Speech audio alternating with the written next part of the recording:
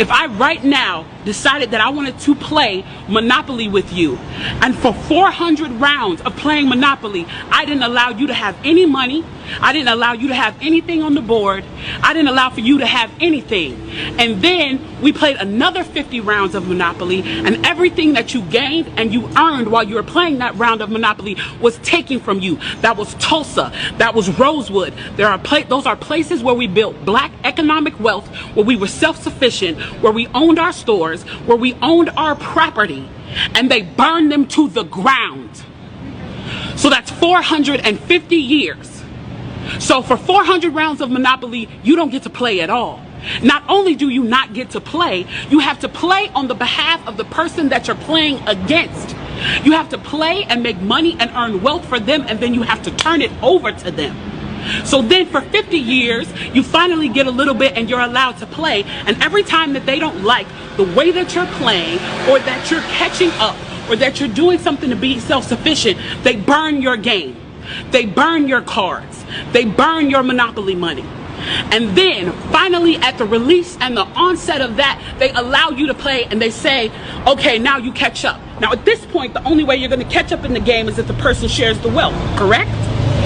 But what if every time you share the wealth, then there's psychological warfare against you to say, oh, you're an equal opportunity hire. So if I played 400 rounds of Monopoly with you, and I had to play and give you every dime that I made, and then for 50 years, every time that I played, if you didn't like what I did, you got to burn it like they did in Tulsa and like they did in Rosewood, how can you win? How can you win? You can't win. The game is fixed. So when they say, why do you burn down the community? Why do you burn down your own neighborhood? It's not ours. We don't own anything. We don't own anything. Trevor Noah said it so beautifully last night. There's a social contract that we all have, that if you steal or if I steal, then the person who is the authority comes in and they fix the situation. But the person who fixes the situation is killing us. So the social contract is broken. And if the social contract is broken, why the fuck do I give a shit about burning the fucking Football Hall of Fame, about burning a fucking Target? You broke the contract when you killed us in the streets and didn't give a fuck. You broke the contract when for 400 years we played your game and built your wealth. You broke the contract when we built our wealth again on our own, by our bootstraps in Tulsa, and you dropped bombs on us.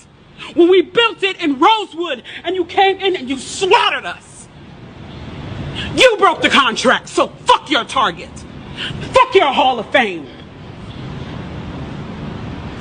As far as I'm concerned, they could burn this bitch to the ground. And it still wouldn't be enough. And they are lucky that what black people are looking for is equality and not revenge.